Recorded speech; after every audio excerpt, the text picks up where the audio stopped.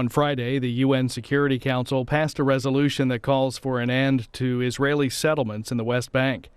The U.S. was the only country to abstain from the vote, while the rest of the council voted in favor. The resolution, which was put forward by New Zealand, Malaysia, Venezuela, and Senegal, is the first on Israel to be adopted in nearly 8 years. These notes are okay?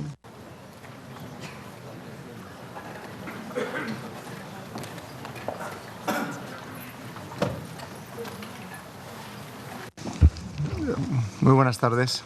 Good afternoon. The 7,853rd meeting of the Security Council is called to order. The provisional agenda for this meeting is the situation in the Middle East, including the Palestinian question. The agenda is adopted. In accordance with Rule 37 of the Council's Provisional Rules of Procedure, I invite the representative of Israel to participate in this meeting. It is so decided. I propose that the Council invite the permanent observer of the Observer State of Palestine to the United Nations to participate in the meeting in accordance with the Provisional Rules of Procedure and the previous practice in this regard. There being no objection, it is so decided. The Security Council will now begin its consideration of Item 2 of the agenda. Members of the Council have before them document S/26/1100, the text of a draft resolution submitted by Malaysia, New Zealand, Senegal, and the Bolivarian Republic of Venezuela. I shall now give the floor to members of the Council who wish to make a statement before the vote. I give the floor to the Ambassador of Malaysia. Thank you, Mr. President, for convening this important meeting at such short notice. Malaysia, together with New Zealand, Venezuela, and Senegal as co-sponsors of the draft resolutions on the issue of illegal Israeli settlements, are calling for this meeting to put the draft to vote. As representatives of various regional groupings at the United Nations, the Asia-Pacific Group, WEOG, the African Group, and GRULAC, we are bound by similar aims and sense of responsibility to take effective actions on the Israeli-Palestinian conflict, especially on the issue of settlements. In numerous council meetings on Palestine and at the ARIA Formula meeting on settlements last October, we listened to repeated calls by council members, the United Nations Secretary General, the Special Coordinator for the Middle East Peace Process, the civil society, as well as other UN member states for urgent council actions to halt settlement activities and reverse the negative trends that are threatening peace and the viability of the two-state solutions. The latest unprecedented attempt by the Israeli parliament to legalize outposts on private Palestinian lands added further urgency for the Council to send a clear signal on the issue of settlements. Malaysia acknowledged the efforts by Egypt and the Arab League for engaging in consultations with Council members over the past 2 months on this issue.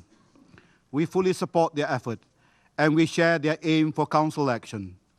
We also observe an emerging consensus among Council members on the issue of settlements.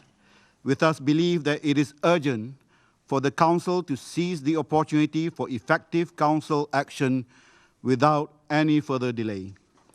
The draft resolution being put to vote today calls for the cessation of all Israeli settlement activities and for affirmative steps to reverse the negative trends on the ground that are endangering the two-state solutions. It also calls for immediate steps to prevent all acts of violence against civilians, including acts of terror, and calls for accountability. The text further urges all parties to intensify their efforts to achieve a comprehensive, just, and lasting peace in the Middle East and to end Israeli occupations. On the implementations of the resolutions, the text is requesting that the Secretary General report to the Council every 3 months. Mr. President, we realize that some Council members may have legitimate concerns on the short period of time in which the draft was officially circulated, put to blue, and tabled for adoption. In normal and ideal circumstances, we too would have preferred a more transparent and inclusive process. However, we realize that this is anything but a normal situation, and that we need to tread carefully in view of the sensitivities of the issue. Exceptional circumstances require bold action and exceptional measures. Ultimately, our aim is to bridge the gap in the respective positions of Council members in order to reach a consensus. The last time the Council adopted a resolution on settlement was over 36 years ago. Since then, the situation on the ground has worsened to a point where the very prospect of the two-state solutions is now in question.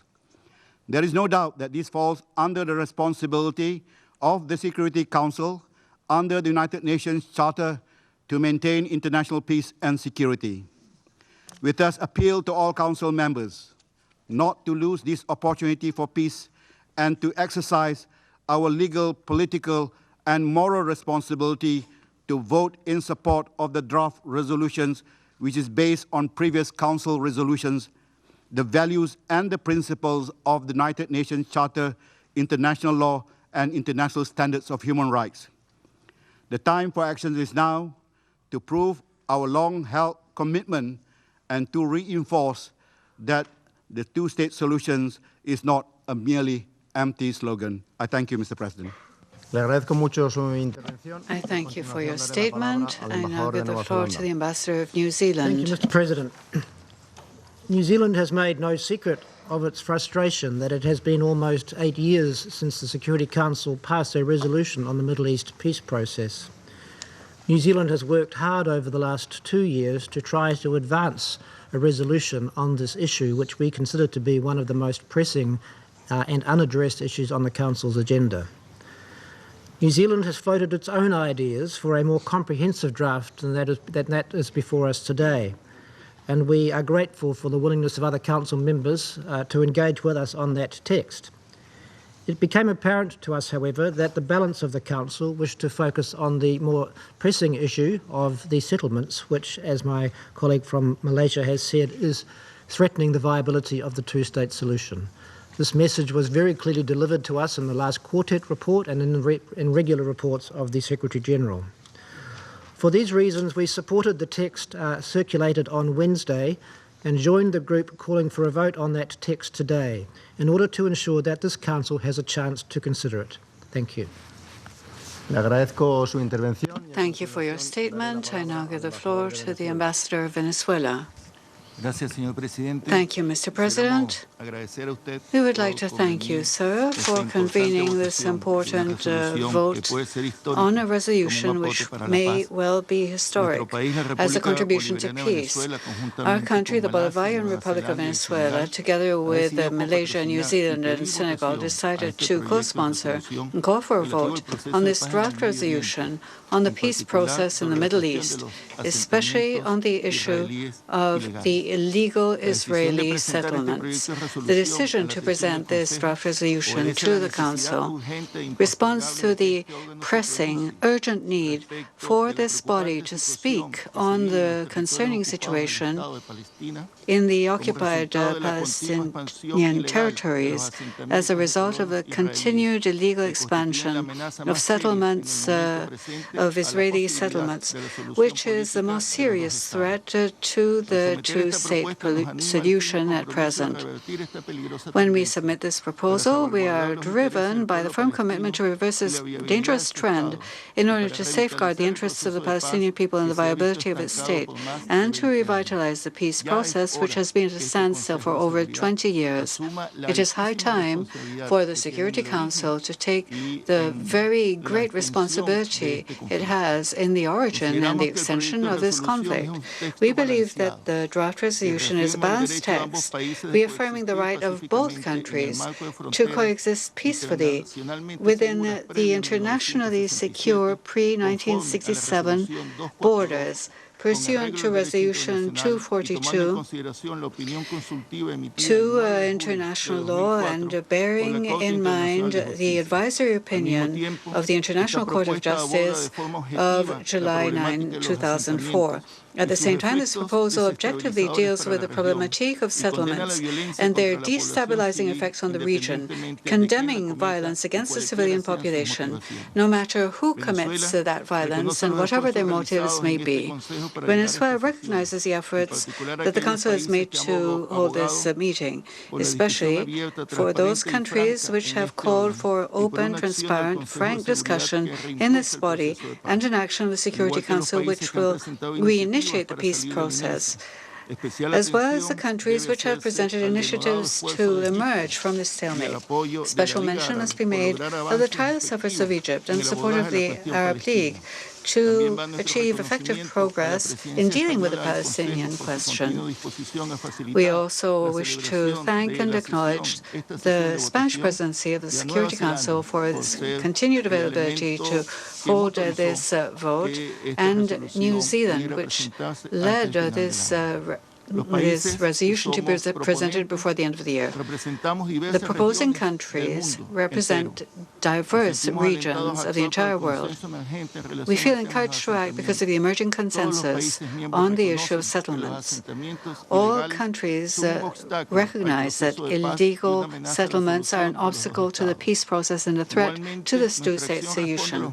Our action also responds to the many calls of the members of the Council, the Secretary General himself, the Special Coordinator for the Peace Process in the Middle East, the Middle East Quartet, amongst other member states and relevant prominent stakeholders in the framework of overcoming the obstacles facing the Palestine-Israel peace process.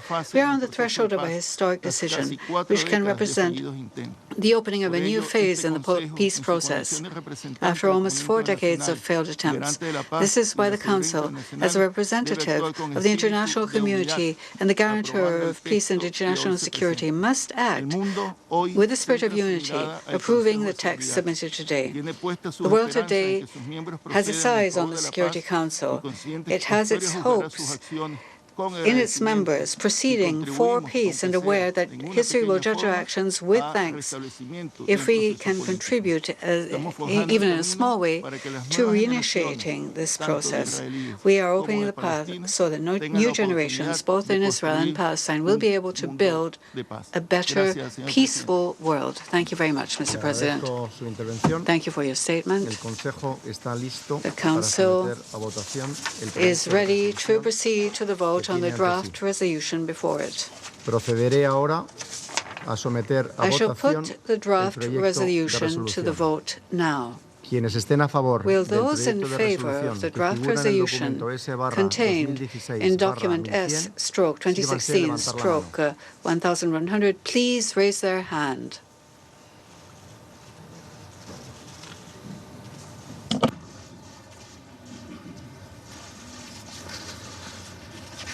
¿En contra? Those against? ¿Abstenciones? Abstentions.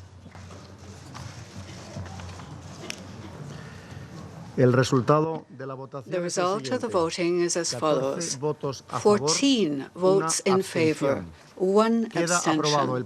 The draft resolution has been adopted as Resolution 2334.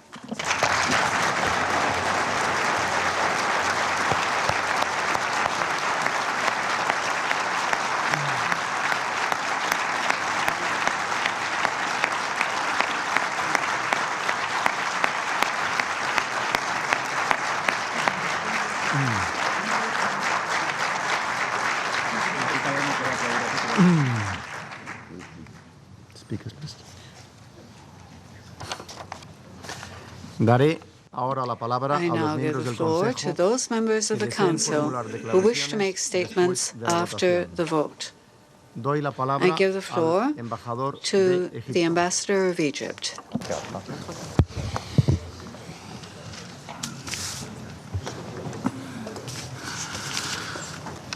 السيد الرئيس Mr. President, ladies and gentlemen, since the beginning of the Arab-Israeli conflict in 1948, since the rights of the Palestinian people to an independent sovereign state have not been met, a natural life of dignity and freedom, despite clear silence in the international community and dozens of resolutions of the Security Council and the General Assembly of the United Nations that remain unimplemented, Egypt has taken on its duties. It has confronted many challenges. We have had many wars, both on the ground and in diplomacy, in defense of Palestinian rights. To move forward to the creation of an independent state of Palestine with its capital in East Jerusalem. Steps towards just and durable peaceful settlement in the Middle East. Ladies and gentlemen, the draft resolution on Israeli settlements adopted by the Council today undoubtedly expresses a painful reality of illegitimate settlement. It is also born of a policy of confiscation of Palestinian land against a clear principle adopted by the international community, the inadmissibility of the acquisition of territory by armed force. This requires all of us to be wise, to be politically realistic in order to take up this issue without any excesses from any party, just as we have seen during our deliberations on the draft resolution. I mean specifically settlements. It is an issue that is related to one of the most important components of the final settlement, the issue of borders. Consultations on the draft, the timing of the vote in the past few hours have showed that some international parties want to intervene directly to resolve the question of Palestine finally, in accordance with relevant Security Council resolutions, most notably 242 of 1967, as well as 338 of 1973, and 446 of 1997. Any opportunity for future steps can in no way mean that we can stay away from the fundamental requirements of a settlement to the question of Palestine, including the issue of settlement.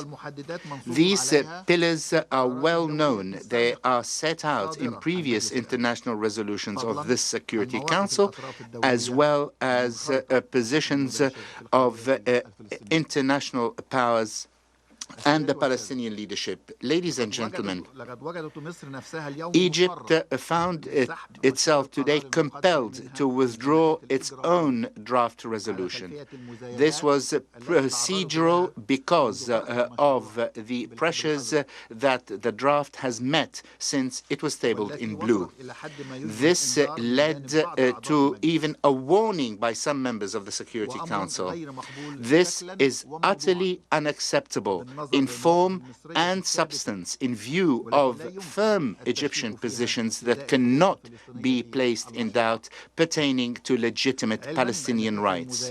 Let it also be known that those pressures took place in the absence of Egypt through active political efforts 24 hours a day ever since the draft was set out in blue, in order to maintain legitimate Palestinian rights through a just and durable settlement in accordance with international resolutions relevant to the issue. We did so. Nevertheless, Egypt has voted in favor of the draft resolution just voted on. This is based on our firm principled positions that cannot be put in doubt.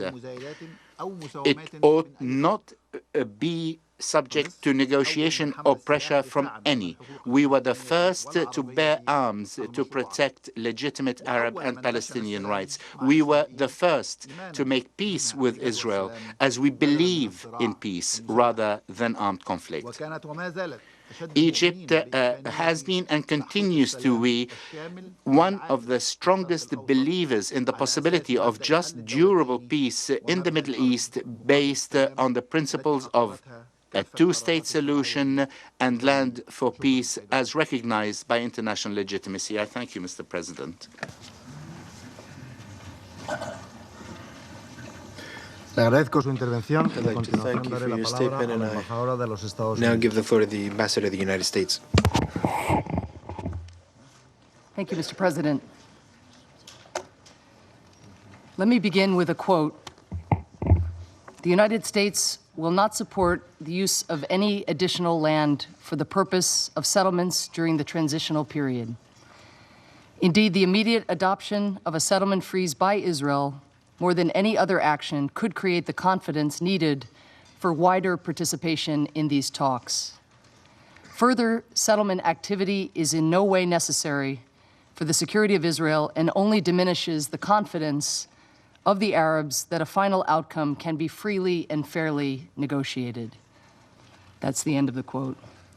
This was said in 1982 by President Ronald Reagan. He was speaking about a new proposal that he was launching to end the Israeli-Palestinian conflict.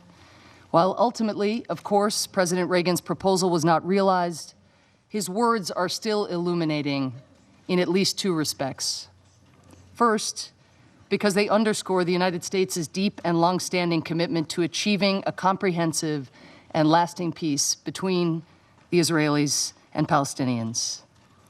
That has been the policy of every administration, Republican and Democrat, since before President Reagan and all the way through to the present day. Second, because President Reagan's words highlight the United States' long-standing position that Israeli settlement activity in territories occupied in 1967 undermines Israel's security, harms the viability of a negotiated two-state outcome, and erodes prospects for peace and stability in the region. Today, the Security Council reaffirmed its established consensus that settlements have no legal validity. The United States has been sending the message that the settlements must stop privately and publicly for nearly 5 decades. Through the administrations of President Lyndon B. Johnson, Richard Nixon, Gerald Ford, Jimmy Carter, Ronald Reagan, George H.W. Bush, Bill Clinton, George W. Bush, and now Barack Obama. Indeed, since 1967, the only president who had not had at least one Israeli-Palestinian-related Security Council resolution pass during his tenure is Barack Obama. So our vote today is fully in line with the bipartisan history of how American presidents have approached both the issue and the role of this body. Given the consistency of this position across U.S. administrations, one would think that it would be a routine vote for the U.S. to allow the passage of a resolution with the elements in this one, reaffirming the longstanding U.S. position on settlements, condemning violence and incitement, and calling for the parties to start taking constructive steps to reverse current trends on the ground. These are familiar, well-articulated components of U.S. policy. But in reality, this vote for us was not straightforward because of where it is taking place at the United Nations. For the simple truth is that for as long as Israel has been a member of this institution, Israel has been treated differently from other nations at the United Nations. And not only in decades past, such as the infamous resolution that the General Assembly adopted in 1975 with the support of the majority of member states, officially determining that Zionism is a form of racism, but also in 2016, this year. One need only look at the 18 resolutions against Israel adopted during the UN General Assembly in September, or the 12 Israel-specific resolutions adopted this year in the Human Rights Council, more than those focused on Syria, North Korea, Iran, and South Sudan put together, to see that in 2016, Israel continues to be treated differently from other member states. Like U.S. administrations before it, the Obama administration has worked tirelessly to fight for Israel's right simply to be treated just like any other country. From advocating for Israel to finally be granted membership to a UN regional body, something no other UN member state had been denied, to fighting to ensure that Israeli NGOs are not denied UN accreditation simply because they are Israeli, to getting Yom Kippur finally recognized as a UN holiday, to pressing this council to break its indefensible silence in response to terrorist attacks on Israelis. As the United States has said repeatedly, such unequal treatment not only hurts Israel, it undermines the legitimacy of the United Nations itself. The practice of treating Israel differently at the UN matters for votes like this one. For even if one believes that the resolution proposed today is justified, or even more necessitated by events on the ground, one cannot completely separate the vote from the venue. And member states that say they are for the two-state solution must ask themselves some difficult questions. For those states that are quick to promote resolutions condemning Israel, but refuse to recognize when innocent Israelis are the victims of terrorism, what steps will you take to stop treating Israel differently? For those states that passionately denounce the closures of crossings in Gaza as exacerbating the humanitarian situation, but say nothing of the resources diverted from helping Gaza's residents to dig tunnels into Israeli territory so that terrorists can attack Israelis in their homes, what will you do to end the double standard that undermines the legitimacy of this institution? Member states should also ask themselves about the double standards when it comes to this council taking action. Just this morning, we came together as a council, and we were unable to muster the will to act to stop the flow of weapons going to killers in South Sudan who are perpetrating mass atrocities that the UN has said could lead to genocide. We couldn't come together just to stem the flow of arms. Earlier this month, this council could not muster the will to adopt the simplest of resolutions calling for a 7-day pause in the savage bombardment of innocent civilians, hospitals, and schools in Aleppo. Yet, when a resolution on Israel comes before this council, members suddenly summon the will to act. It is because this forum too often continues to be biased against Israel, because there are important issues that are not sufficiently addressed in this resolution, and because the United States does not agree with every word in this text, that the United States did not vote in favor of the resolution. But it is because this resolution reflects the facts on the ground and is consistent with U.S. policy across Republican and Democratic administrations throughout the history of the State of Israel that the United States did not veto it. The United States has consistently said we would block any resolution that we thought would undermine Israel's security or seek to impose a resolution to the conflict. We would not have let this resolution pass had it not also addressed counterproductive actions by the Palestinians, such as terrorism and incitement to violence, which we've repeatedly condemned and repeatedly raised with the Palestinian leadership, and which, of course, must be stopped. Unlike some on the UN Security Council, we do not believe that outside parties can impose a solution that has not been negotiated by the two parties, nor can we unilaterally recognize a future Palestinian state. But it is precisely our commitment to Israel's security that makes the United States believe that we cannot stand in the way of this resolution as we seek to preserve a chance of attaining our long-standing objective, two states living side by side in peace and security. Let me briefly explain why. The settlement problem has gotten so much worse that it is now putting at risk the very viability of that two-state solution. The number of settlers in the roughly 150 authorized Israeli settlements east of the 1967 lines has increased dramatically. Since the 1993 signing of the Oslo Accords, which launched efforts that made a comprehensive and lasting peace possible, the number of settlers has increased by 355,000. The total settler population in the West Bank, East, and Jerusalem now exceeds 590,000. Nearly 90,000 settlers are living east of the separation barrier that was created by Israel itself. And just since July 2016, when the Middle East Quartet issued a report highlighting international concern about a systematic process of land seizures, settlement expansions, and legalizations, Israel has advanced plans for more than 2,600 new settlement units. Yet rather than dismantling these and other settler outposts, which are illegal even under Israeli law, now there is new legislation advancing in the Israeli Knesset that would legalize most of the outposts, a factor that propelled the decision by this resolution sponsors to bring it before the Council. The Israeli Prime Minister recently described his government as, quote, more committed to settlements than any in Israel's history, end quote. And one of his leading coalition partners recently declared that, quote, the era of the two-state solution is over, end quote. At the same time, the Prime Minister has said that he is still committed to pursuing a two-state solution. But these statements are irreconcilable. One cannot simultaneously champion expanding Israeli settlements and champion a viable two-state solution that would end the conflict. One has to make a choice between settlements and separation.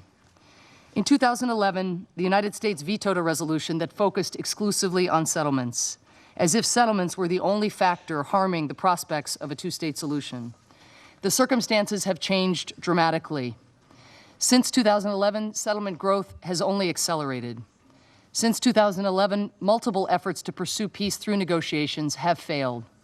And since 2011, President Obama and Secretary Kerry have repeatedly warned, publicly and privately, that the absence of progress toward peace and continued settlement expansion was going to put the two-state solution at risk and threaten Israel's stated objective to remain both a Jewish state and a democracy. Moreover, unlike in 2011, this resolution condemns violence, terrorism, and incitement, which also poses an extremely grave risk to the two-state solution. This resolution reflects trends that will permanently destroy the hope of a two-state solution if they continue on their current course. The United States has not taken the step of voting in support of this resolution because the resolution is too narrowly focused on settlements, when we all know, or we all should know, that many other factors contribute significantly to the tensions that perpetuate this conflict.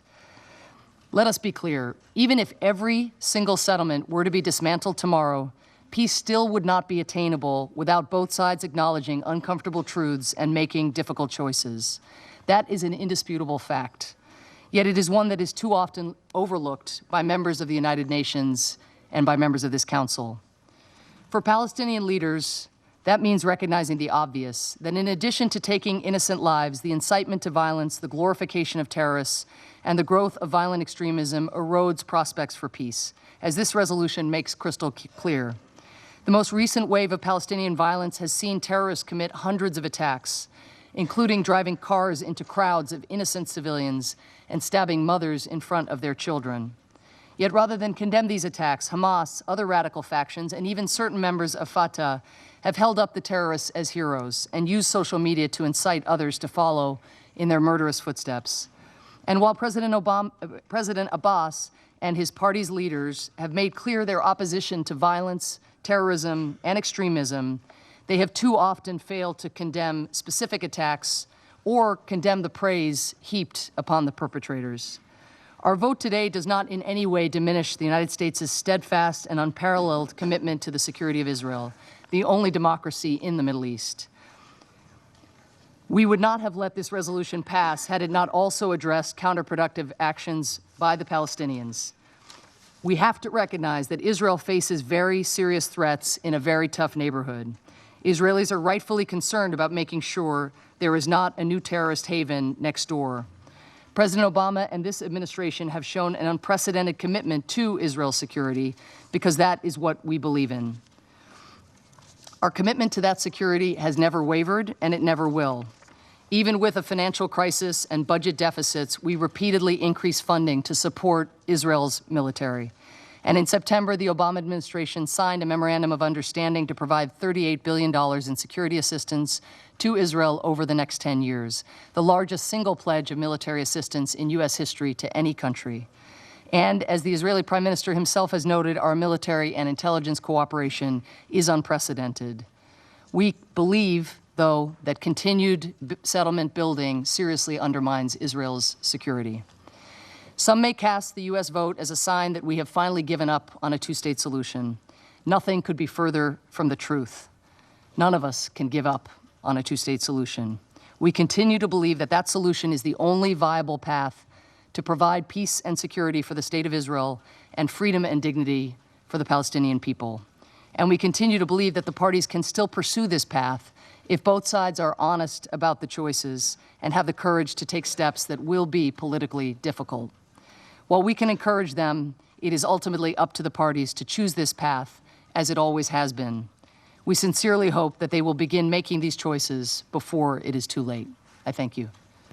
I'd like to thank the Ambassador of the United States for her statement, and I would now like to give the floor to the Ambassador of France.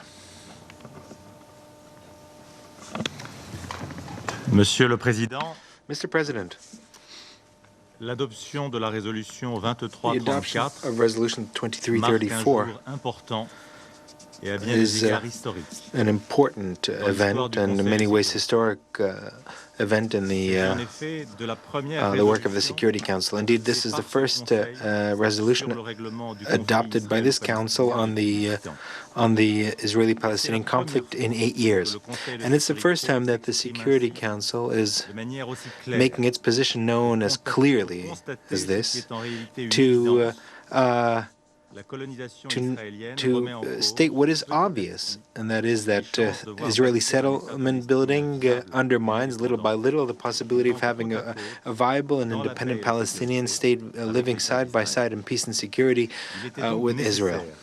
So it was necessary for the Security Council to recall the collective and unanimous attachment of the international community to the two-state solution and to express its position clearly on the threats to that solution. Unless we act resolutely toward that end, the two-state solution will disappear like a mirage in the desert, even though there is no credible alternative that could meet the legitimate aspirations of both parties. Mr. President, over the past few decades, Israeli settlement building has been accelerated. This only fuels tensions on the ground and undermines the aspirations of the international community. Settlement building, which is illegal under international law, is part of a deliberate policy, which aims at putting the international community and the people on the ground before facts on the ground in East Jerusalem and in the West Bank. The expansion of settlements beyond the Green Line and the de facto annexation of Zone C, forced transfer of population, demolition of Palestinian homes, restriction on movements, the building of a separation wall. This is all part of this policy. Now, this policy is not only illegal under international, it also threatens the prospects for the creation of a viable and independent Palestinian state, which is in fact the best guarantee for Israeli security and for a lasting solution to this conflict. That is the message that France, by voting in favor of this resolution, wanted to send today. Now, while settlements are the main threat on the ground to the two-state solution, unfortunately it is not the only threat. Acts of violence, incitement to violence, and terrorism also undermine the chances of having two states, a Palestinian and Israeli state, live side by side peacefully one day. They destroy trust and dialogue among the people that are meant to live together side by side. From this point of view, Resolution 2334 strongly reiterates its condemnation of all acts of terrorism, of incitement to violence, and all deliberate attacks against civilians. The resolution calls on the Palestinian Authority to continue to do everything possible to discourage terrorist undertakings. Now, to identify and to point out threats to a two-state solution is important, but it's not enough. It's also important to work on recreating, after 2 years of impasse, the conditions for resuming negotiations. Israelis, just as the Palestinians, have a vital interest in peace, and that peace can only be based on a two-state solution. That is the aim of the French initiative, to try to relaunch the peace process. In this framework, after the important ministerial meeting of the 3rd of June of this year, France decided to organize in Paris on the 15th of January an international conference, the goal of which will be to present the contribution of the international community to relaunching the negotiation process and towards reaching a peace agreement. Of course, with the understanding, and everyone agrees on that, only Palestinians and Israelis will be able to achieve that peace in direct negotiations. The resolution we adopted today and the Paris International Conference are two sides of the same coin, aimed at reiterating our joint attachment to the two-state solution and towards creating the conditions that make it possible to achieve that solution. This resolution and the French initiative are, we hope, will be the first and very important steps towards relaunching a credible political process, a process that we will need to collectively pursue over the weeks and months to come. This resolution, to sum up, certainly is not the end of the road. It's an important stage, an important step, potentially a historical step on the very difficult and demanding path that should lead us to peace and security in the Middle East. Mr. President, colleagues, let us together assume the very heavy responsibility that is incumbent on all of us on this difficult path. Thank you very much. I'd like to thank the Ambassador of France for his statement, and I now give the floor to the Ambassador of Venezuela. Gracias, señor presidente. Thank you very much, Mr. President. The Bolivarian Republic of Venezuela expresses its satisfaction at the adoption of Resolution 2334, with the conviction that this is a unique opportunity to push forward the peace process and reestablish confidence between parties. At the same time, it allows the Security Council to leave inaction behind and emerge from it, committing itself to building an environment which will favor negotiation between the parties, taking into account the aspirations and concerns of both peoples, and in defending the inalienable rights of the Palestinian people to a free, sovereign, independent state in accordance with the Resolution 181 of the General Assembly. Of course, this resolution is just one step forward. But this conflict is a very complex one with many obstacles. There is an urgent need to decisively respond to the greatest challenge, to the two-state solution, the continued expansion of illegal Israeli settlements on the occupied territory of the State of Palestine. Illegal settlements are against international law. It injures the rights of the Palestinian people, depriving them of their lands, their homes, their means of life, their free circulation, and limiting their social and economic development. And this is why this Council must speak categorically on this terrible problem. The United Nations, the General Assembly, and this Security Council have the obligation and the mandate to defend peace and international law. Furthermore, the United Nations and the Security Council have the moral obligation to support the Palestinian cause, because they have a very great responsibility for the Nakba, the tragedy of the Palestinian people. This is why they must issue all the resolutions they can to protect the Palestinian people and force Israel to respect international law and, frankly, openly enter a peace process based on a two-state solution. The resolution we adopted today is the first step on the path to a peaceful negotiated solution between Israel and Palestine with the support of the international community. It is therefore necessary for Israel, the occupying power, to put an end to the policies derived from the prolonged occupation of the territories of the State of Palestine, as well as the inhumane blockade of the Gaza Strip, which has gone on for almost a decade and is a flagrant violation of international law. These are essential conditions for what we have achieved today to be consolidated and move forward towards a political solution in which Israel and Palestine, as a full member of the United Nations and with East Jerusalem as its capital, will be able to coexist peacefully within internationally recognized pre-1967 borders.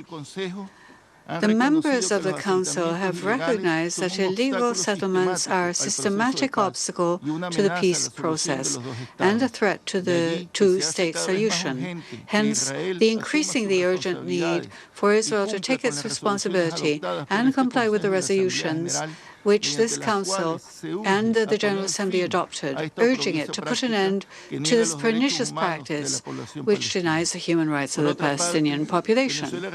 Furthermore, Venezuela reiterates its condemnation of terrorism in all forms and manifestations, no matter who the authors may be and what their motives are. With the same emphasis, we condemn the continued violation of the most elementary rights of the Palestinian people in the occupied territories and in the blockaded and besieged Gaza Strip through the use of indiscriminate, disproportionate force by the military and Israeli security. We repudiate the violence of extremist settlers against the Palestinian population, the policy of the occupying power subjecting Palestinian men, women, and children to prison and administrative detention. We call once again for the release of all children who are unfairly languishing in Israeli prisons. As you can appreciate, a lot remains to be done in order to reverse this negative situation and ensure that Israel complies with its obligations as an occupying power. However, we recognize that with today's decision, the necessary space to renew dialogue has been opened, and a negotiated settlement to this conflict, which has marked the history of the Middle East for over almost 70 years. We are pleased that at the end of our membership of the Security Council, the Council has had the vision and the courage to adopt this resolution, and this is why we acknowledge the contribution of all those who contributed to this historic outcome, especially Egypt, New Zealand, and the countries who co-sponsored this resolution. Venezuela reaffirms its firm commitment to peace and international security and with the Palestinian cause. We will remain vigilant at the development of the inescapable task of assisting in a negotiated solution to this conflict in accordance with Article 2 of the Charter of the United Nations. We will also support all efforts and initiatives oriented towards reaching the two-state solution in accordance with international law. Thank you very much, Mr. President. Thank you for your statement, Ambassador of Venezuela. I now give the floor to the Ambassador in charge of the Affairs of China. Mr. President, China welcomes the adoption by the Security Council Resolution 2334 on the Israeli settlements and appreciates the important role played by the sponsors in promoting its adoption. The question of Palestine has been the crux of the Middle East issue. It is also the underlying cause of the situation in the region. Safeguarding the legitimate national interests of the Palestinian people is the shared responsibility of the international community. Recent years have seen the stalled peace talks between the two sides, the ever-expanding Israeli settlements, ongoing violence and conflicts, the ever-deteriorating humanitarian situation, and the more intense tension between Palestine and Israel. All this has threatened the two-state vision and regional peace and stability. China has all along supported the Council in playing a still role on the question of Palestine. Resolution 2334 adopted by the Council today is significant in that it reflects the common aspiration and wish of the international community and heeds the just demand of Palestine and the Arab countries.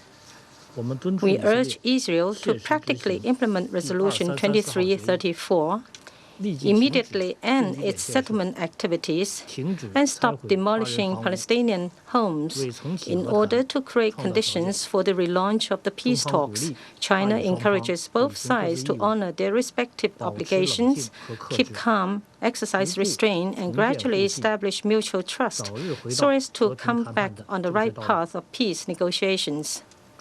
China has been a firm supporter of the just cause of Palestinian people. China supports the Palestinian people in establishing a fully sovereign and independent state based on the 1967 borders with East Jerusalem as its capital. China welcomes and supports all efforts that help ease tension between the two sides and achieve the two-state vision and the peaceful coexistence between the two sides. China is ready to work with the international community in scaling up the diplomatic efforts to promote an early, comprehensive, and just solution to the question between the two countries. I thank you, Mr. President. I'd like to thank you for your statement, and I now would like to give the floor to the Ambassador of the United Kingdom. Mr. President, the United Kingdom welcomes the adoption of Resolution 2334 today. It's the first Security Council resolution on the Israel-Palestine issue in over 7 years. The adoption of this resolution is first and foremost a clear reinforcement of the international community's conviction that a two-state solution remains the only viable route to sustained Arab-Israeli peace.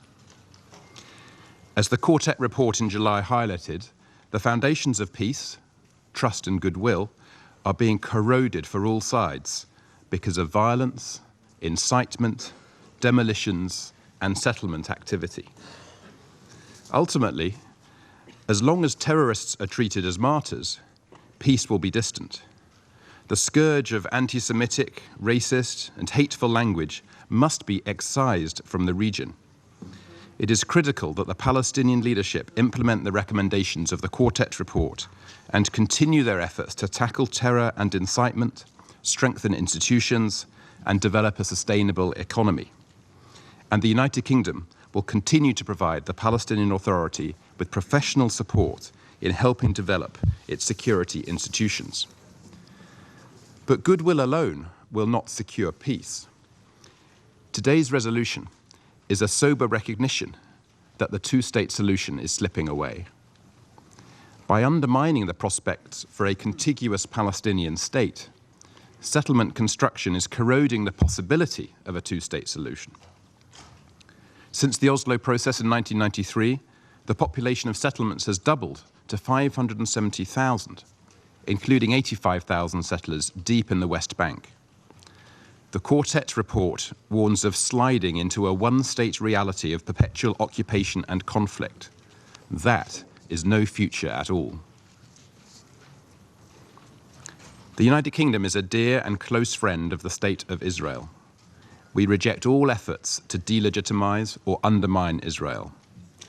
The movement for boycotts, divestment, and sanctions, rooted as it is in a culture of prejudice and hostility to Israel, is a barrier to peace, and my government will never support any resolution that advances the cause of boycotts or delegitimization in any way. It is because of our steadfast and stalwart commitment to Israel's security and its existence as the Jewish homeland that we voted for today's resolution and worked tirelessly to secure a balanced final text.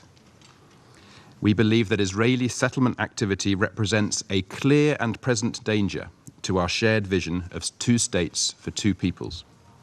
The United Kingdom's long-standing view is that settlement expansion is illegal and this is not in Israel's long-term interests. Today's resolution also takes important and balanced steps to support peace through, first of all, calling for immediate steps to prevent incitement and all acts of violence against civilians, including terror. It also calls for a strengthening of efforts to combat terrorism, including through existing security coordination, as well as clearly condemning all acts of terrorism. Second, Mr. President, this resolution calls upon both parties to act on the basis of international law and to refrain from provocative actions in order to build trust and create the conditions for peace. And third, this resolution calls upon all parties to exert collective efforts to launch credible negotiations on all final status issues, urging the intensification and acceleration of international and regional efforts to support a comprehensive peace.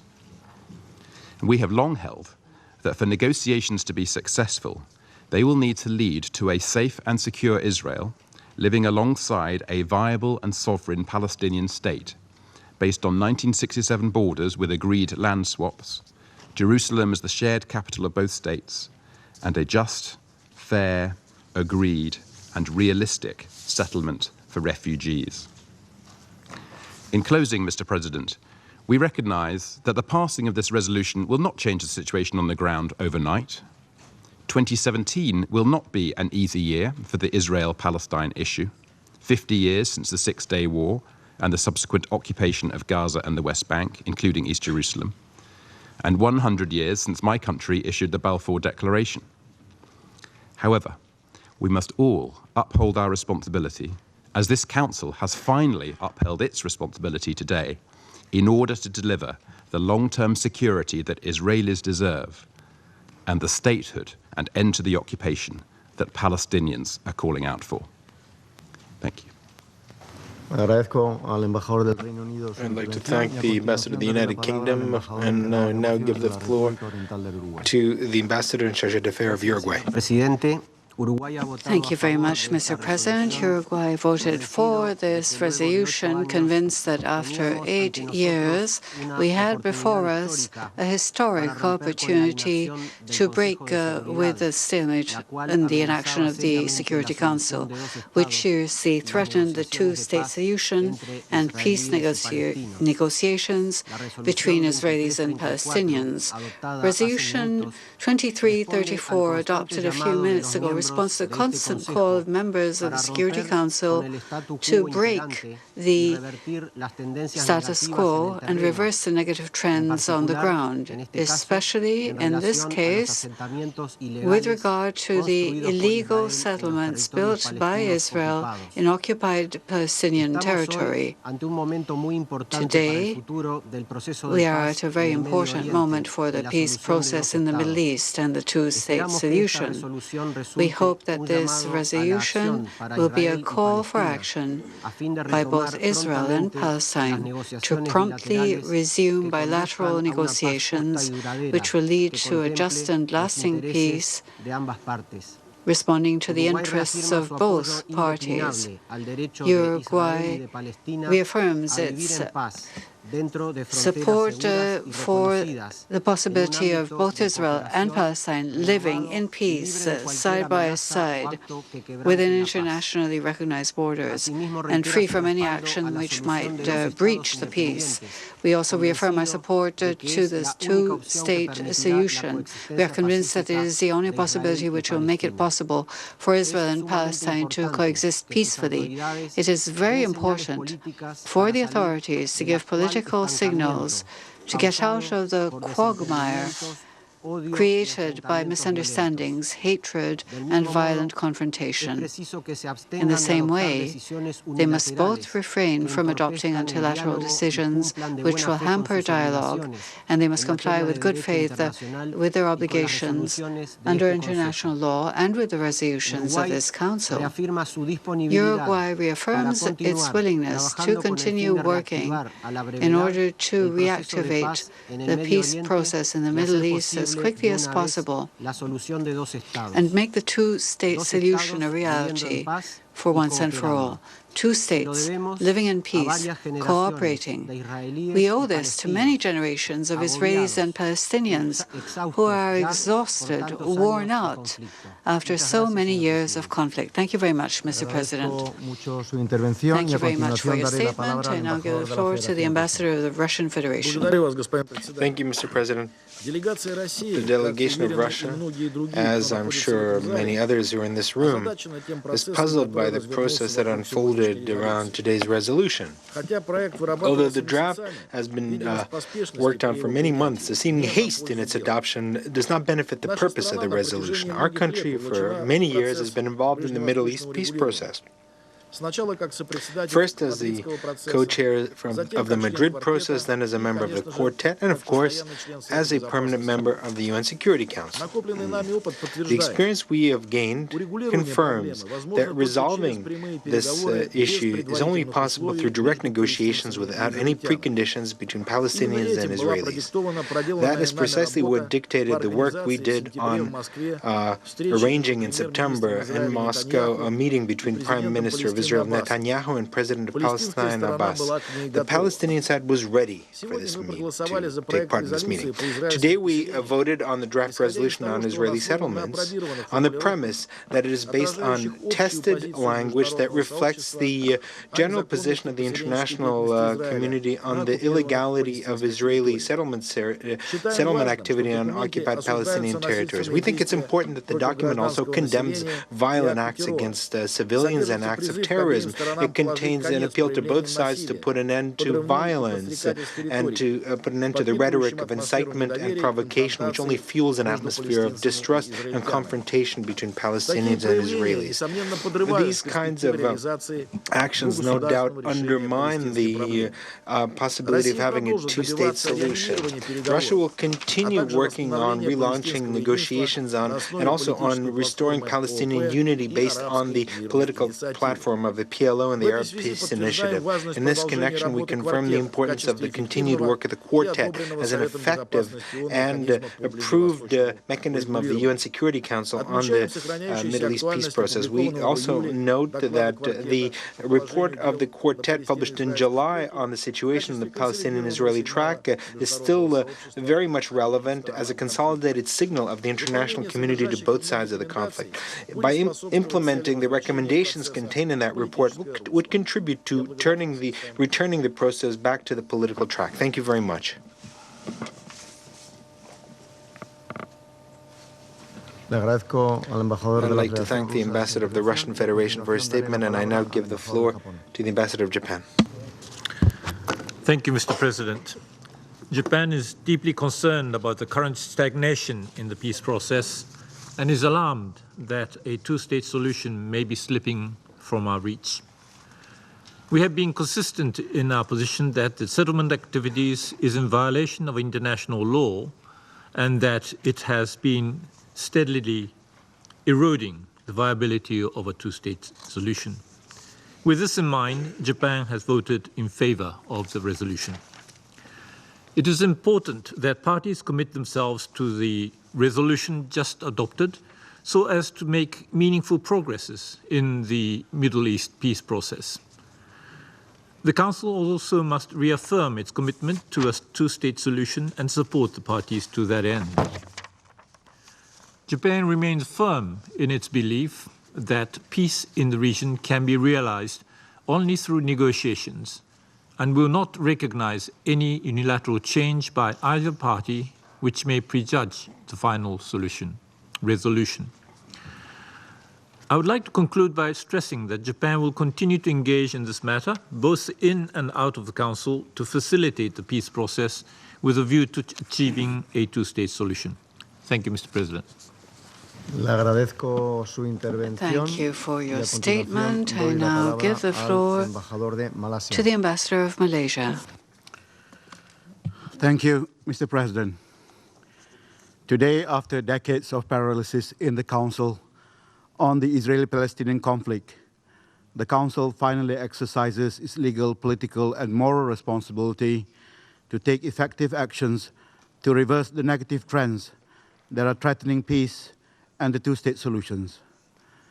With the historic adoptions of Resolutions 2334, we prove our sincere commitment to peace and to the two-state solutions. We sincerely thank all Council members who voted in support of the draft resolutions today. We are also encouraged by the exemplary restraint shown by the permanent members of the Council. Malaysia also appreciates the full support and solidarity shown by New Zealand, Venezuela, and Senegal in carrying out these resolutions forward.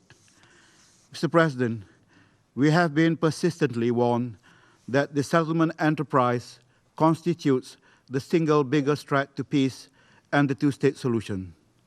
It is illegal under international law, as reinforced by the 2004 advisory opinion of the ICJ and in various Council resolutions.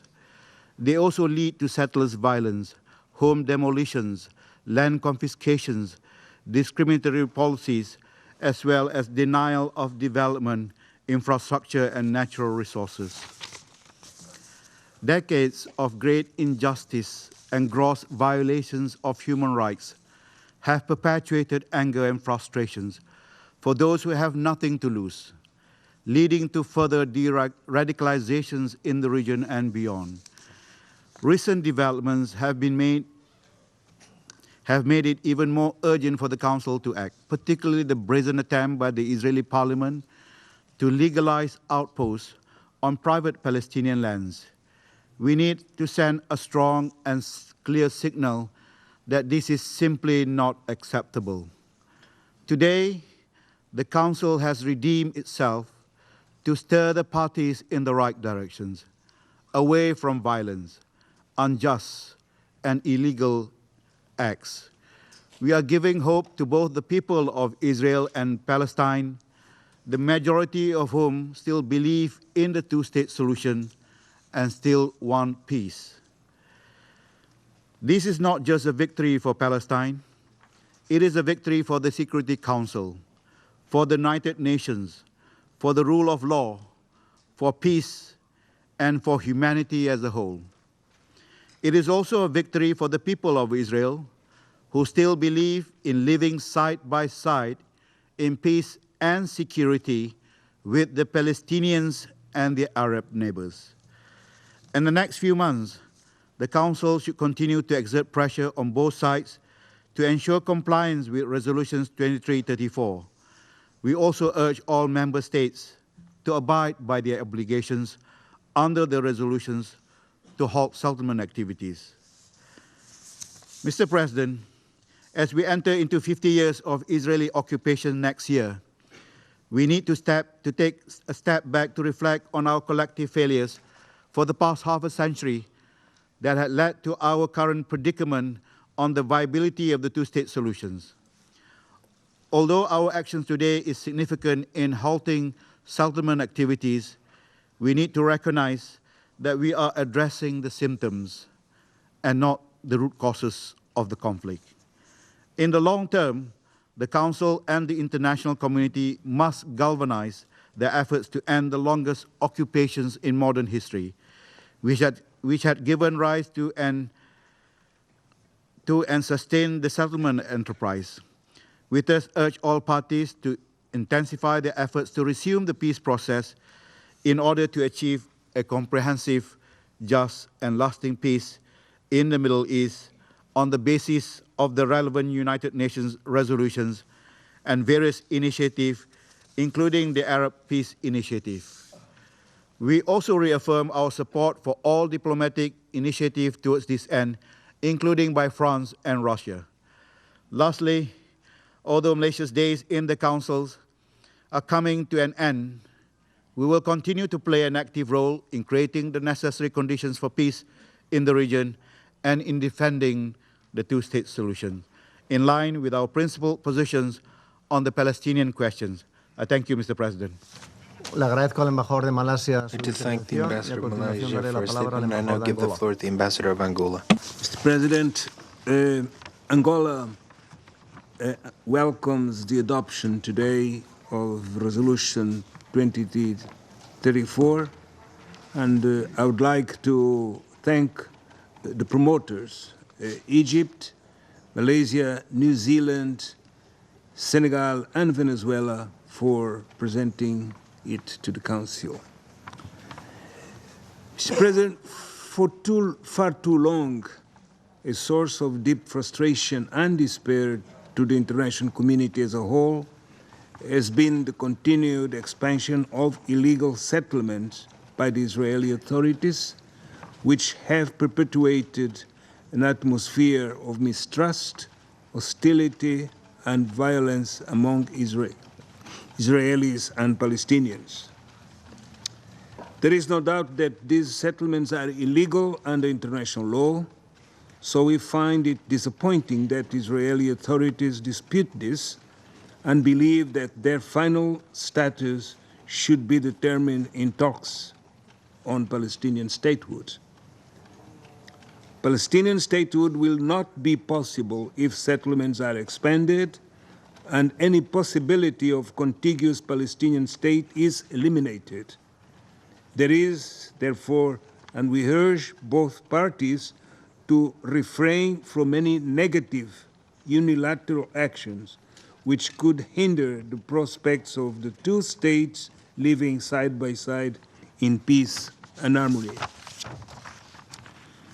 Mr. President, a resolution by this Council represents only a positive contribution to peace and security in the world, which is again the primary raison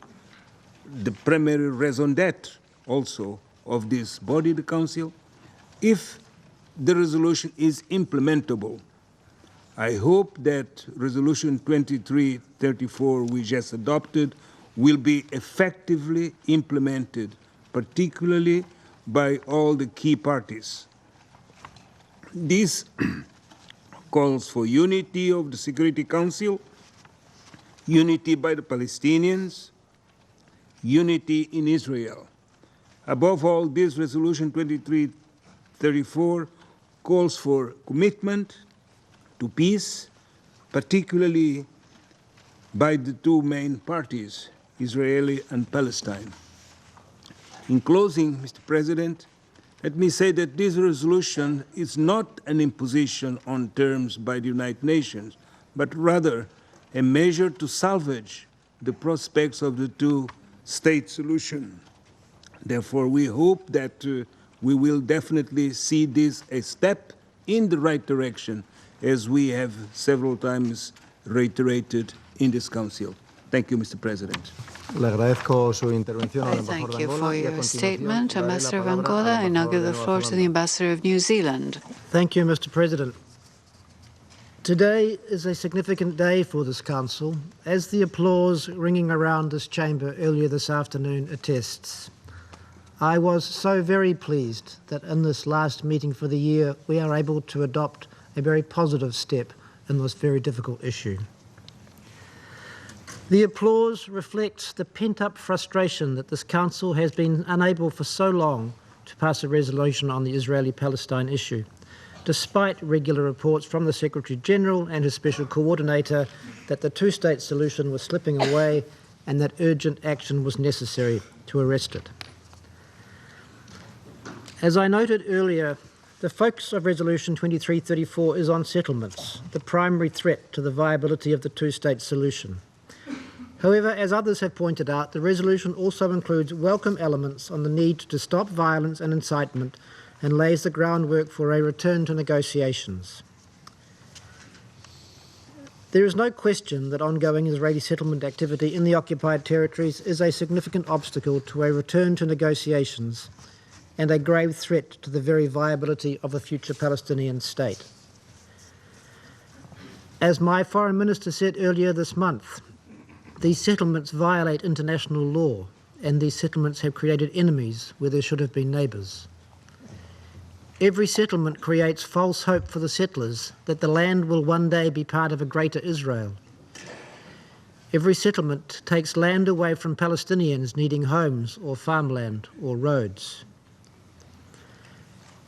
Today's resolution provides important signals to the parties and to the international community about the way forward. It reaffirms the central importance of preserving the two-state solution as the only model we have for achieving a negotiated peace. The resolution also prepares the ground for a return to negotiations as soon as possible. The resolution reaffirms through the United Nations' most powerful organ that settlements in the occupied territories are contrary to international obligations, Israel's obligations under international law and a major obstacle to peace. It condemns the acts of violence, provocation, terror and excitement that have driven the two sides apart and hardened feelings of hostility and mistrust on both sides.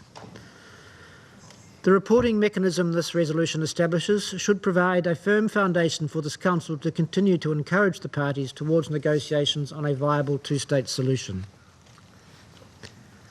We recognise that there is much more that this resolution might have done.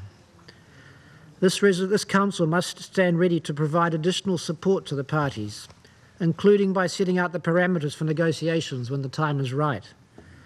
But today, we focused on what is achievable right now, and that is what we believe today's text represents. I thank you. I thank the Ambassador of New Zealand for his statement. I shall now give the floor to the Ambassador in charge of the affairs of Senegal. Thank you, Mr. President. Mr. President, by deciding to co-sponsor this resolution 2334, along with New Zealand, Malaysia, and the Bolivarian Republic of Venezuela, Senegal wished to reaffirm its principled position on the settlements, which are illegal from the point of view of international law. Indeed, whilst the peace process is at a stalemate, we see continued, indeed a speeded up process of settlement of the areas of the West Bank and East Jerusalem. The settlement and occupation encourages the violence affecting both Israelis and Palestinians, and affects their rights, the right of both peoples to live peacefully side by side within internationally recognized borders. Together with the Israelis and the Palestinians, with whom we, as members of the Council, share the same aspirations to peace and stability, we must find the path to negotiation in order to reach a peaceful, happy solution to this dispute. That said, we avail ourselves of the opportunity to renew our condemnation of acts of terrorism and incitement to violence, no matter who the authors or what the motives may be. We reaffirm the urgency of relaunching the peace process. This is why we encourage the ongoing initiatives such as that of France and diplomatic efforts undertaken by Egypt and the Russian Federation. All of these initiatives deserve, we believe, greater coordination. To conclude, Mr. President, it is up to the international community, first and foremost, to the Security Council as a guarantor of international peace and security, to work on the two-state solution. Our faith was reaffirmed by Macky Sall during the International Day of the United Nations in solidarity with the Palestinian people, and I quote what he said: "Despite the stalemate of the peace process, I have the strong conviction that efforts must be continued, strengthened, and intensified in order to realize the two-state solution. The two states, Israel and Palestine, should be able to live side by side in peace and security, each of them within its own internationally recognized border, in accordance with all the relevant resolutions of the United Nations and the efforts of the Quartet." On that basis, Senegal, faithful to its principles and orientations for foreign policy, and as chair of the United Nations Committee, for the inalienable rights of the Palestinian people, continuous dialogue and consultation in order to reach a two-state solution. Thank you, sir. I thank the representative of Senegal, and I now shall make a statement in my national capacity. I'd like to start by thanking all the sponsors for their efforts and also for the delegations who worked so hard and intensely to achieve this historic result. Spain voted in favor of the draft resolution because we are convinced that it will contribute to preserving the two-state solution, which we believe is the only solution that could lead to a just, comprehensive, and lasting peace for Palestinians and for Israelis. This peace can never be imposed from outside, but will need to be negotiated on between the two parties. However, the international community does have an obligation to do everything it can to promote an agreement. With today's vote, this Security Council did what it had to do. Over the past 2 years, as a non-permanent member of the Security Council, Spain has repeated numerous times that we were in favor of the Council expressing its position on the Palestinian question when the time was right, and of course, if possible, to have a text on which there was a consensus and that could truly help move towards peace.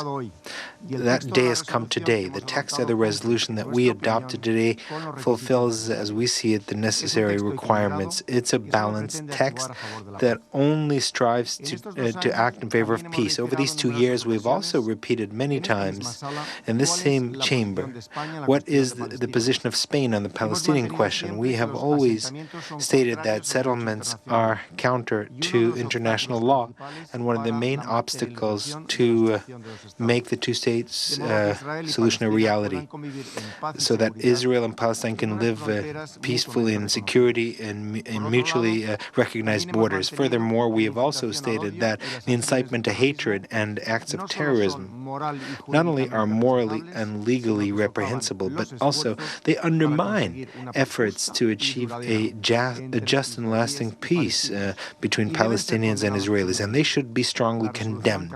The resolution that we have just adopted is fully compatible with that position. As the Secretary General Ban Ki-moon reminded us last week, also in this chamber, over the past 10 years, the Security Council has taken a position only twice on the Palestinian question, the last time some 8 years ago, and we welcome the fact that this silence has been broken, and we see this as the result of work carried out by the Security Council month after month throughout these years. And Spain has contributed to this, motivated only by its sincere wish to help the cause of peace. Spain will continue working as long as it's necessary, based on the same motivation to contribute to a just and lasting peace between Palestine and Israel, which would be the outcome of a negotiated agreement between the two parties. I now go back to my role as President of the Security Council, and I would like to give the floor to the Ambassador of Israel. Mr. President, today is a dark day for this Council. The resolution you just voted on is a peak of hypocrisy. While thousands are being massacred in Syria, this Council wasted valuable time and efforts condemning the democratic state of Israel for building homes in the historic homeland of the Jewish people. We have presented the truth time and again to this Council and implored you not to believe the lies presented in this resolution. By voting yes in favor of this resolution, you have in fact voted no. You voted no to negotiations. You voted no to progress and a chance for better lives for Israelis and Palestinians. And you voted no to the possibility of peace. Secretary General Ban Ki-moon, addressing this very Council 1 week ago, said that the UN has, and I quote, a disproportionate volume of resolutions, reports, and conferences criticizing Israel. This resolution today will be added to the long and shameful list of anti-Israel UN resolutions. Instead of charting a course forward, you are sending a message to the Palestinians that they should continue on the path of terrorism and incitement, that they should continue to hold their own people hostage, that they should continue to seek meaningless statements from the international community. The sad truth is that today's vote will be a victory for terror. It will be a victory for hatred and violence.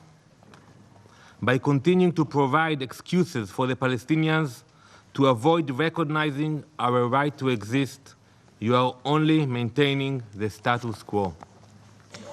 The world is undergoing great change, and the new Secretary General will soon assume office. I call on this Council to take this opportunity to turn a new page, put an end to the bias and obsession with Israel, stop this endless attempt to blame all the problems of the Middle East on the one true democracy in the region, and make clear to the Palestinians that the only way forward is to end incitement and terror and to enter into direct and meaningful negotiations with Israel. Just 2 months ago, UNESCO approved an absurd resolution denying the connection between the Jewish people and Jerusalem.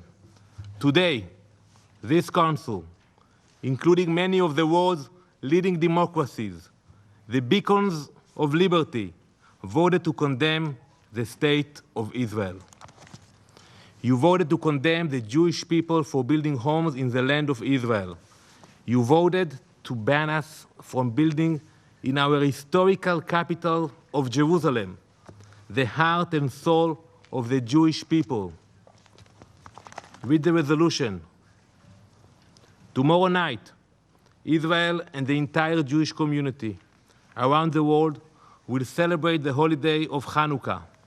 Over 2,000 years ago, King Antiochus banished the Jewish people from our temple in Jerusalem and issued decrees trying to sever us from religion and our heritage. But we prevailed. The Jewish people fought back.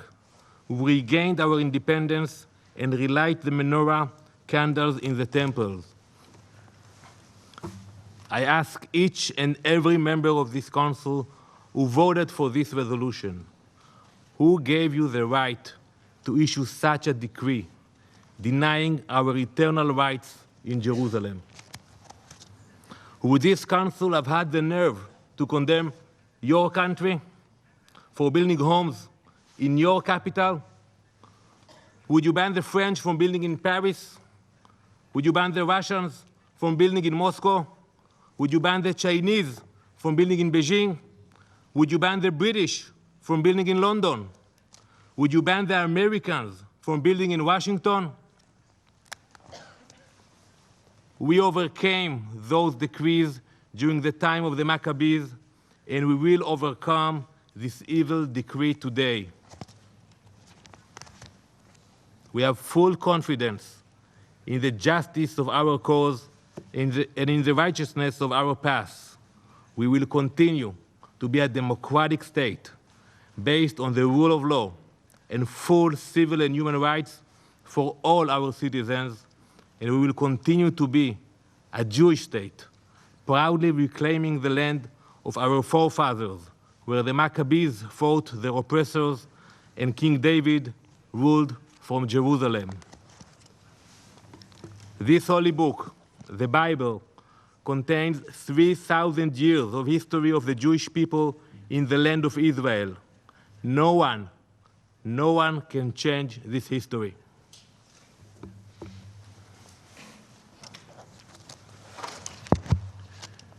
I thank the representative of Israel for his statement, and I now give the floor to the permanent observer of the Observer State of Palestine. Thank you very much, Mr. President. I thank you for convening this meeting.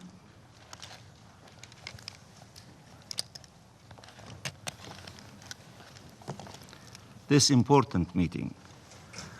and express the State of Palestine's sincere appreciation for the principled efforts you have exerted in both your national capacity as well as in Spain's capacity as President of the Security Council for this month. The Council's action, while long overdue, is timely, necessary, and important. The resolution adopted reaffirms the Council's decades-long position that Israeli settlements in the occupied Palestinian territory, including East Jerusalem, the eternal capital of the State of Palestine, is, 1, have no legal validity, 2, constitute flagrant breaches under international law, namely the Fourth Geneva Convention, and 3, constitute a major obstacle to peace, gravely diminishing the viability of the two-state solution based on the 4th of June 1967 borders and the possibility of realizing it. We express our appreciation to all Council members supporting this resolution.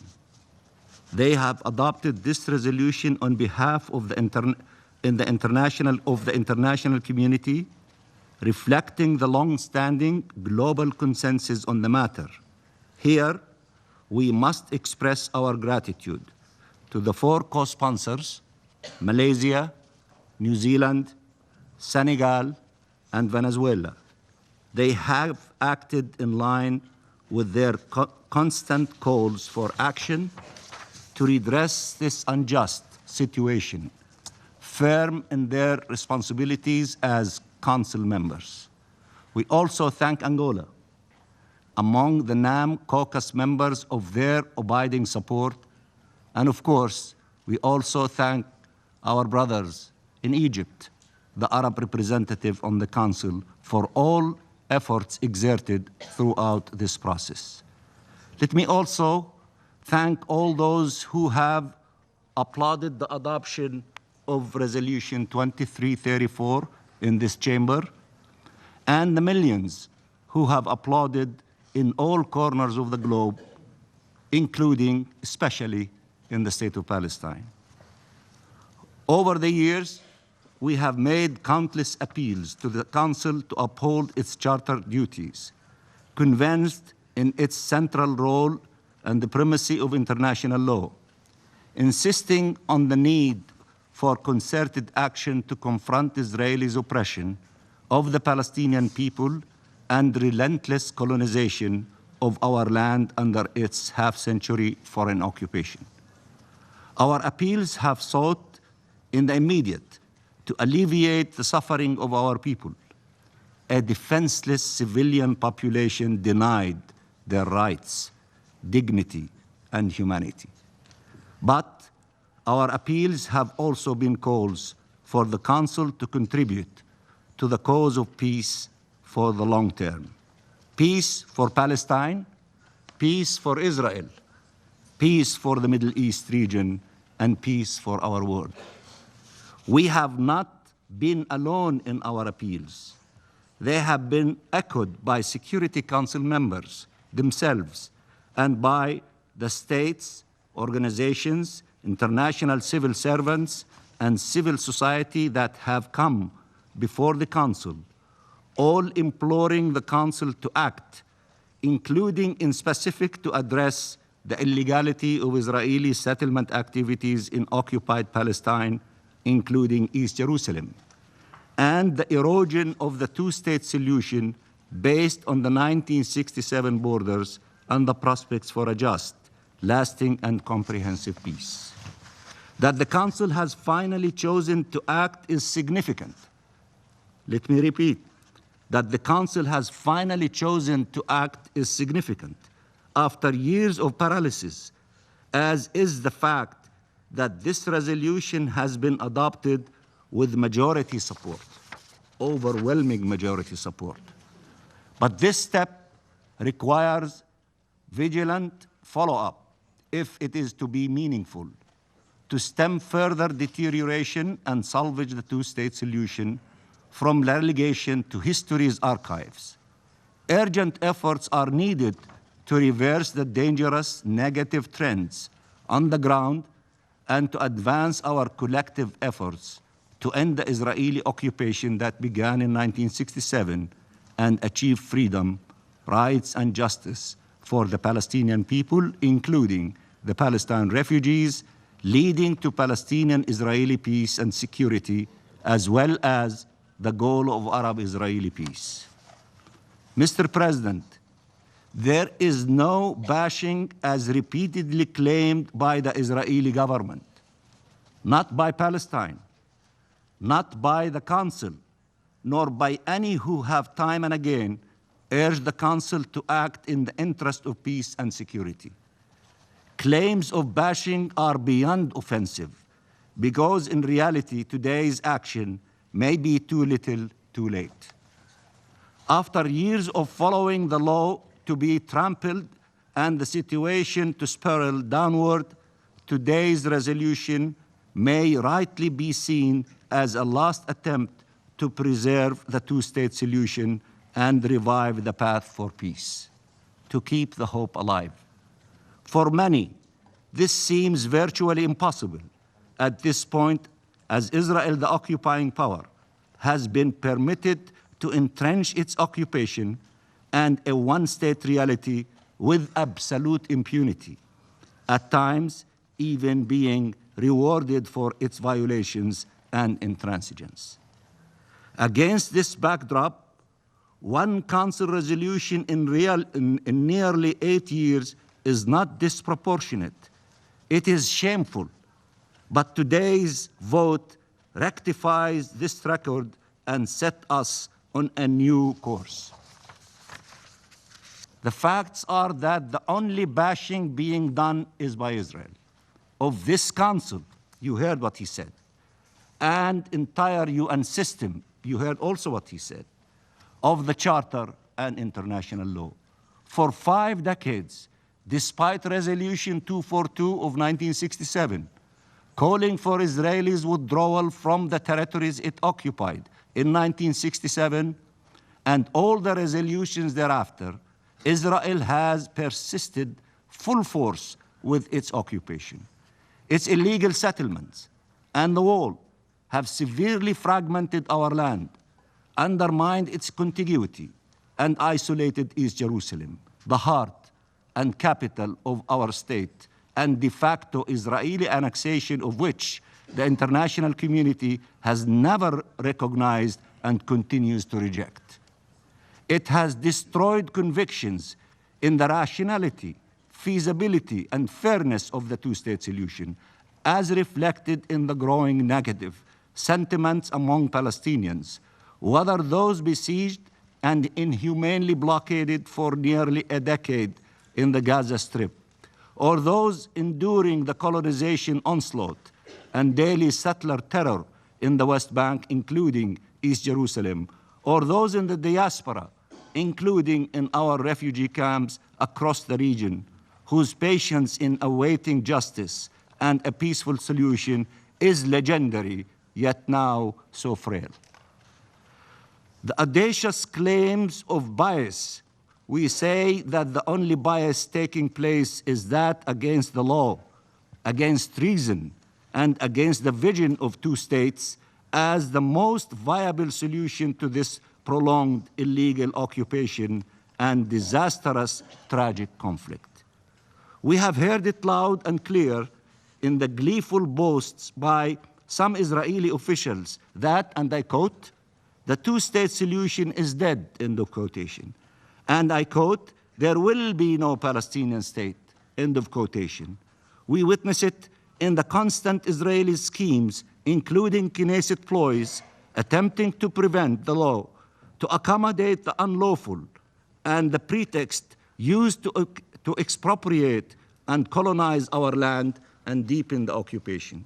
We witness it in the Israelis' blatant contempt of the global demands to comply with its obligations under the law, as is expected of every single other state in the international community, and to finally commit to the path of peace.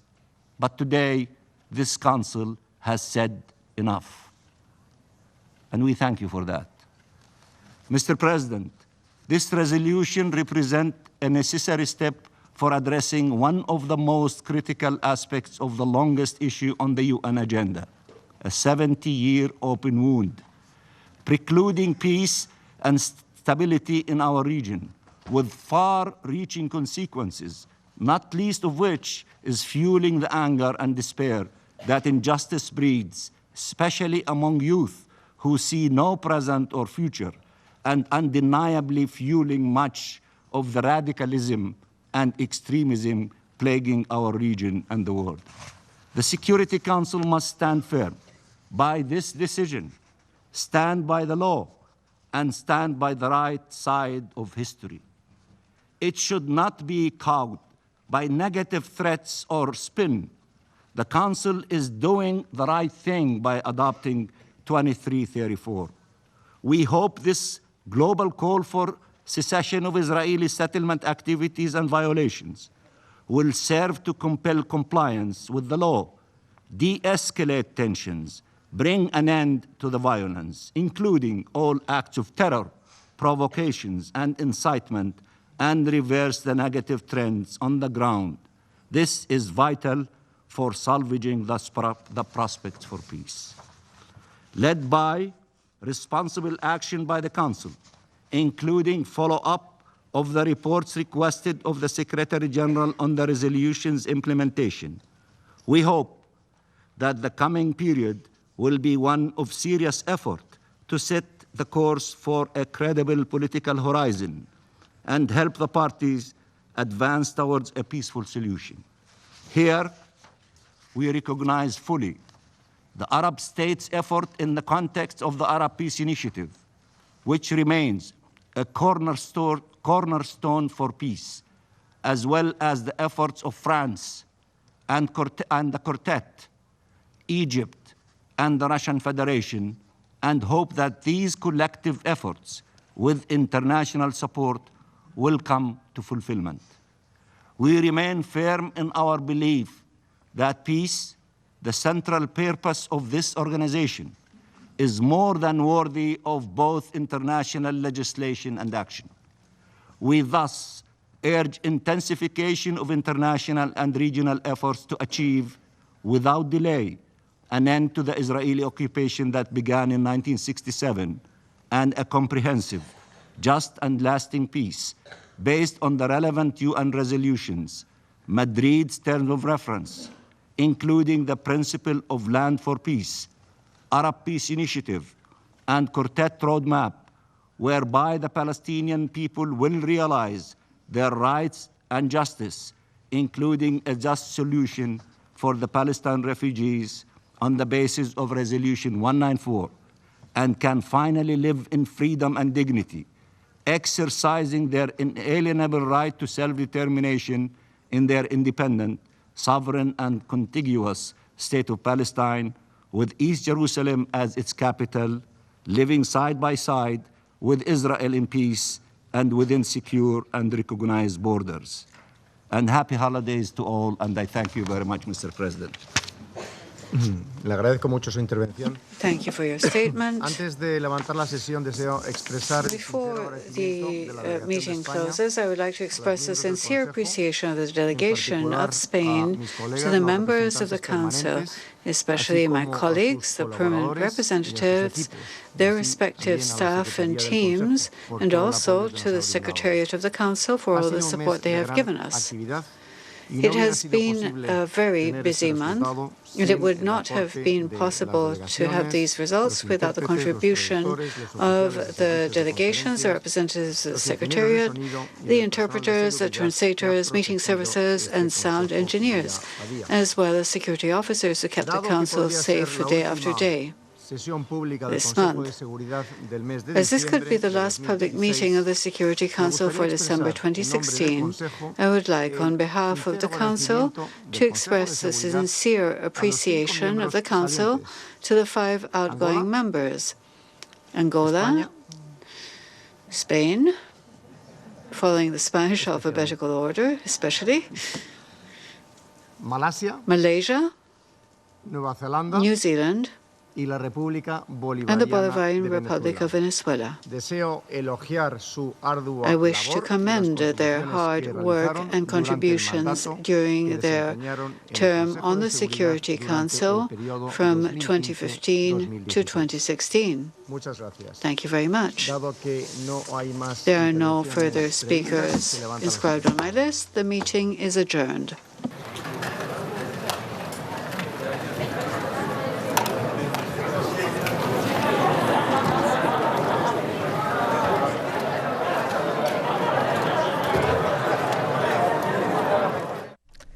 Several lawmakers have voiced disapproval about the U.S. declining to use its veto power at the UN Security Council meeting.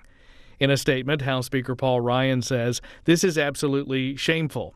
The vote is a blow to peace that sets a dangerous precedent for further diplomatic efforts to isolate and demonize Israel.